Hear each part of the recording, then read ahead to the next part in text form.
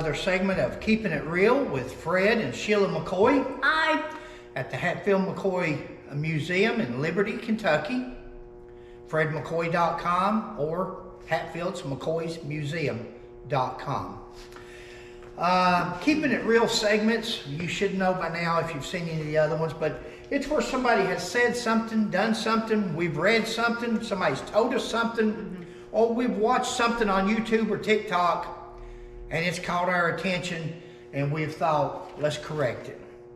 And to some people, this stuff is so minute, they don't even pay no attention to it. Well, it's because it happened a long time ago, and so people weren't really worried about correcting it. Not us. Let it go. We're going to pay attention to it. We're going to cover it. And that way, it will always be out there. If there ever is a question about it, then somebody can say, well, I saw that corrected one time, or I saw the other half of that. I saw the other part. And then they can weigh it out and see which story they want to believe. We're not going to name people today, but I am going to read a couple of things. This story was taken in 2017, and it's by a reporter, and he's evidently doing an interview with somebody that's got another Hatfield McCoy museum. Remember, Ella Jane McCoy, my grandmother and my mother, started the first museum back in, actually it started in 1975 when it was called a museum. But they started collecting, years prior, Granny did. But they started showing it in 1971 at the Blackberry Supermarket, and it was called a collection, Hatfield McCoy Collection. Over the years, as people would come to visit, they would tell Mom and Granny, won't y'all open you a museum? And in 1975, there was actually, it was renamed to the Hatfield McCoy Museum. So that was the first museum that was ever known as far as Hatfield McCoy. Years later, Gene and Henry Hatfield over and Sarah Ann opened the Hatfield Museum. Mm-hmm. They got that idea from my grandmother and my mother, because in 1976, after they signed the peace treaty at Hardy, Kentucky, Willis Hatfield and Jim McCoy, all those people over there came to Blackberry Supermarket. Jimmy Wolford had them all come over there and look at Mom and Grandma's collections, Hatfield McCoy stuff.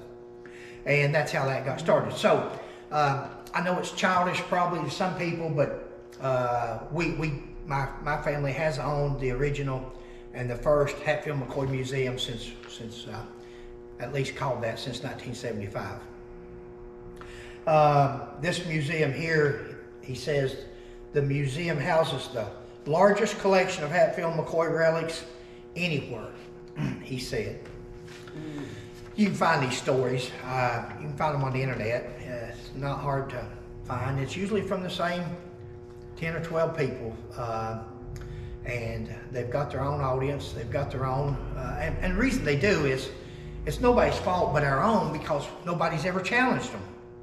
They can pretty much say what Altina Waller, Tom Dotson, Bill Richardson, these people, Rio Hatfield, Ron McCoy, these people can say just about anything they want to at William Hatfield, and they're not called on it. Their hand is not called, because people are so used to seeing them representing the Pike County tourism or in front of a camera or History Channel or something, that nobody calls their hand. And again, I was a police officer for 40 years, and it's pretty hard to speak up and get involved in controversial things like that when you're a police officer, because it can mess you up at your career. So that's why I'm just now speaking out. But anyway, he houses this guy here houses the largest collection of Hatfield McCoy memorabilia in the world. He says if you want to go from fiction to fact, this is where you can do it. But yet, we have corrected several of his stories, and we're going to continue to correct many stories. And I'm just paraphrasing as we go down through here. Many believe the backwoods blood feud was rooted in the Civil War, but the bitterness was perpetrated by disputes over timber rights and even a pig. Now this man right here is a historian, and he knows better.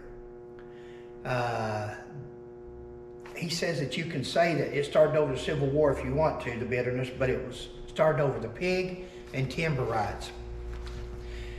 Guys, I don't want to beat a dead horse. Well, that's my favorite saying, but I know. I don't want to act like I know it all. I know I probably do, and I'm sorry for coming across like that to people. I don't mean to be portrayed like that. Portrayed. But it's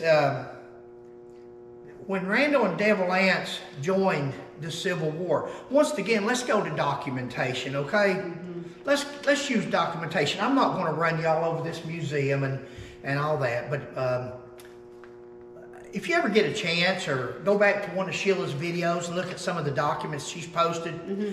and this just came to mind while we're standing here talking. This is just 2 seconds ago.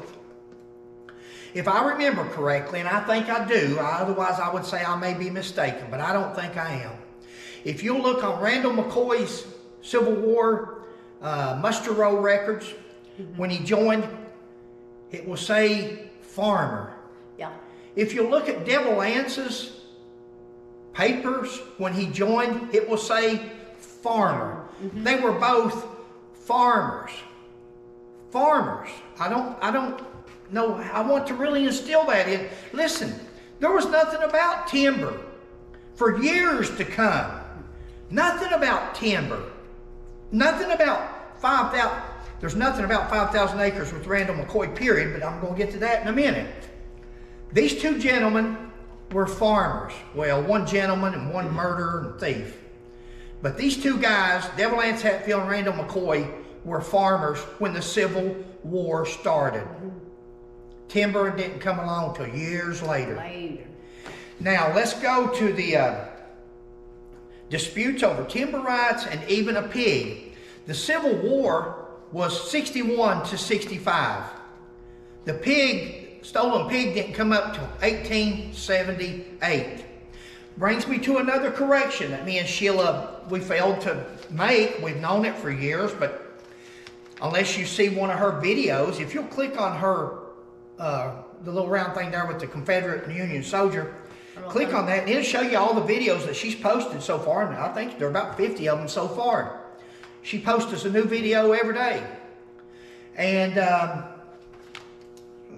you're talking about when you go to that, you'll see one that discusses the pig trial. Mm-hmm. Look at that board. It's got the historical board on the, what's that called? The thumbnail. And when you look at that thumbnail, it says 1873. Incorrect.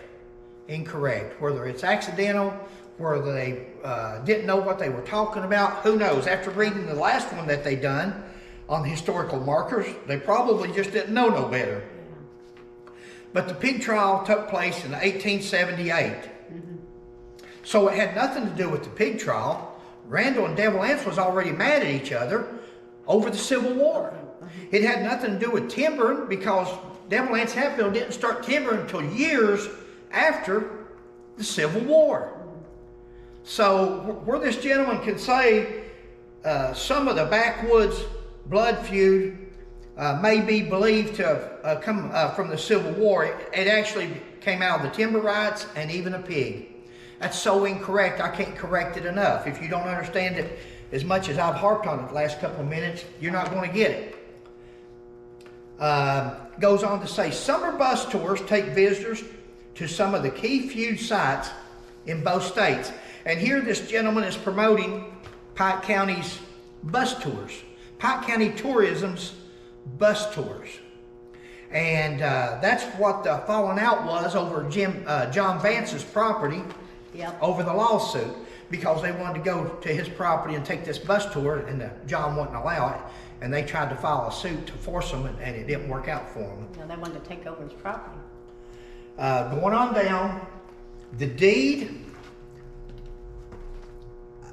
Other museum items include the burial records of Devil Anse Hatfield and other Hatfields, the deed for a contested 5,000 acres of land that some believe started the feud, and arrest warrants for the Hatfields. Once again, the only arrest warrant original that there's a copy of, that there's is what we've got over there in that case of Devil Anses that we got from Stephen Hatfield. The deed for the 5,000 acres of land, let's see it. This man says that it's in the museum. We'd like to see it. We'd like to have we don't have a copy of that in our museum. There's very few things that we don't have. Yeah, that's true. And it's cost us over life, and the family, the McCoy family, and my mother, and different ones, because we're collectors, and the family has come together, and we've got a good collection. Yeah, I agree. And but where is this deed? Publish it. Show us this deed for 5,000 acres. These people say they've got it, they've seen it, they've had it, they've viewed it, but where is it? We've got everything that you can imagine, probably. We don't have that. Show us this 5,000 acres that Devil Anse supposedly won from Perry Klein, not from Randall McCoy, Asa McCoy, or nobody else. The timber dealings there was between Perry Klein, property that he had inherited from his father, Jake. Yep. And Devil Anse had timbered, and once he got the timber off of it, he said, "Oh, you can have the land back. I don't want the land." He didn't want the land. All he wanted was the timber. And that's the way Devil Anse got his start, and that's what he done. That's how he worked. That was his MO. So wherever this deed is for this 5,000 acres that Devil Anse won in court, and they say it's a court record, then it should be readily available. We can't find it. Yeah, I was gonna say, we've never found anything like that. Maybe we've overlooked it. Maybe we didn't look hard enough. It's possible. It's possible, but we don't think so. So where is this 5,000 acre deed?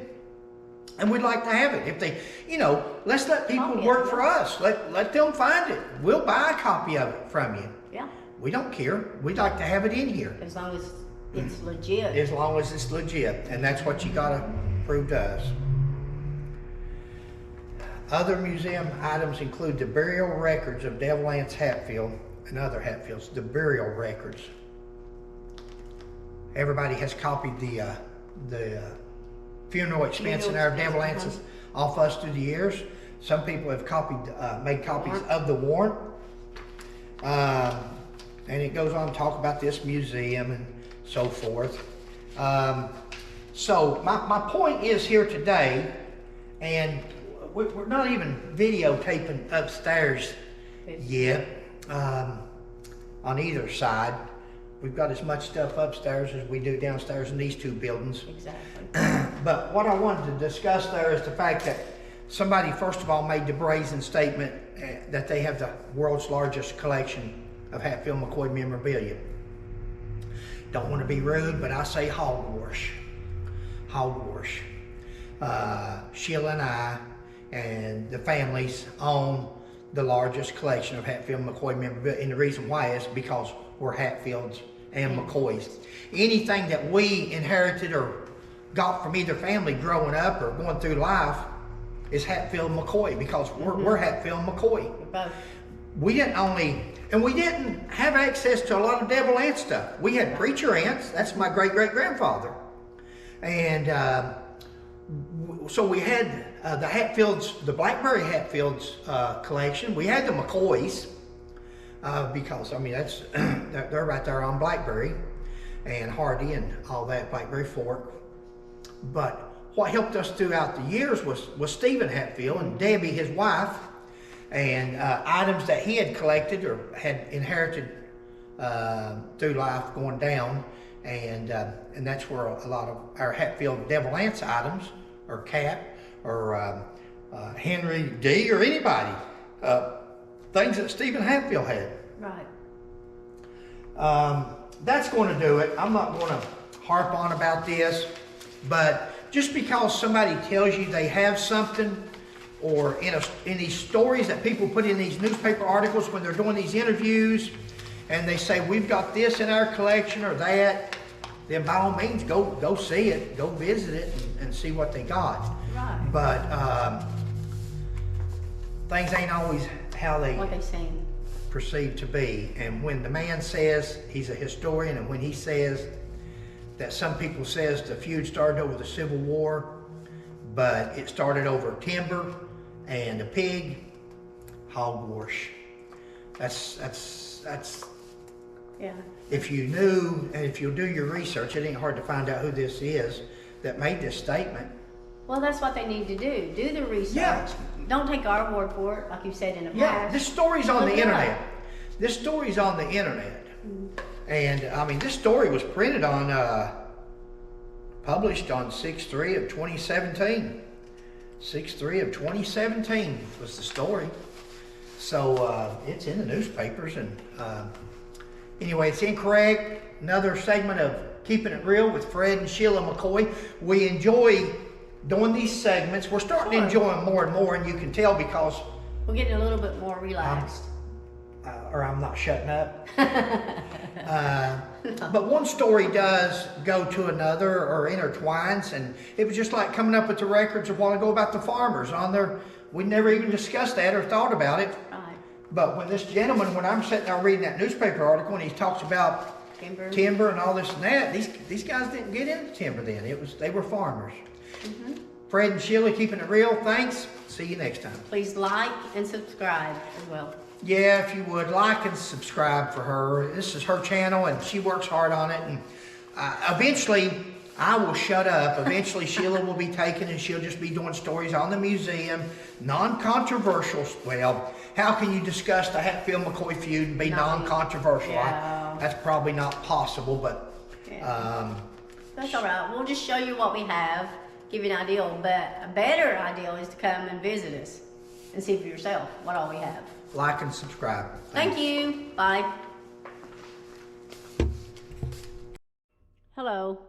We just thought of something. I'm going to take this down and show you where it says his occupation, what his Devil Anse Hatfield's occupation is. So just a second.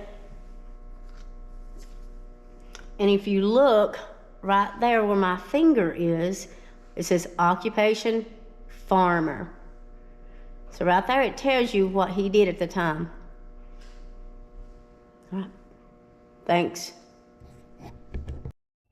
Here's another one that we're showing you. It is of Randall, and it's showing the census of what he was doing at that time. And it says farmer there. Can you bring that in just a little bit? Can you pick it up? Right where his finger is, it should say farmer. Okay, there you go. That is the census of 1860, 1850, 1860, 1870. And Randall McCoy, of course, was a farmer. That was his, that's how come a lot of people through the years have commented on the different lifestyles of Randall and Devil Anse. Oh, the West Virginia Hatfields, or Devil Anse Hatfield, was so much richer than the McCoys of Kentucky and so forth. And well, again, it's not hard to get rich when you take from somebody else. Randall McCoy was a farmer, always was a farmer until the end. Then he became a ferry boat captain after he moved to Pikeville. But you got to understand, some people's lives, there was no shame in being a farmer. You provided for ever how many children Randall had, 16 or 13. There's two different stories. But he provided for his family as a farmer. Randall McCoy was never in the timber business. Never at no time was he in the timber business. Never at no time did he ever file a lawsuit. Never at no time was him and Devil Anse Hatfield ever in court over a lawsuit over timber. It just didn't happen. Those are myths. And if we haven't covered them already in a video, we will.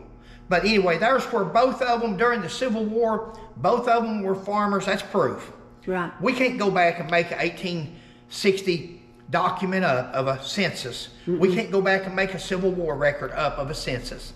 And that's what they did. No, not timber, not into it over timbers, not into it over that pig that happened in 1878. Sorry. All right. Think that'll do She's it. telling me to shut up.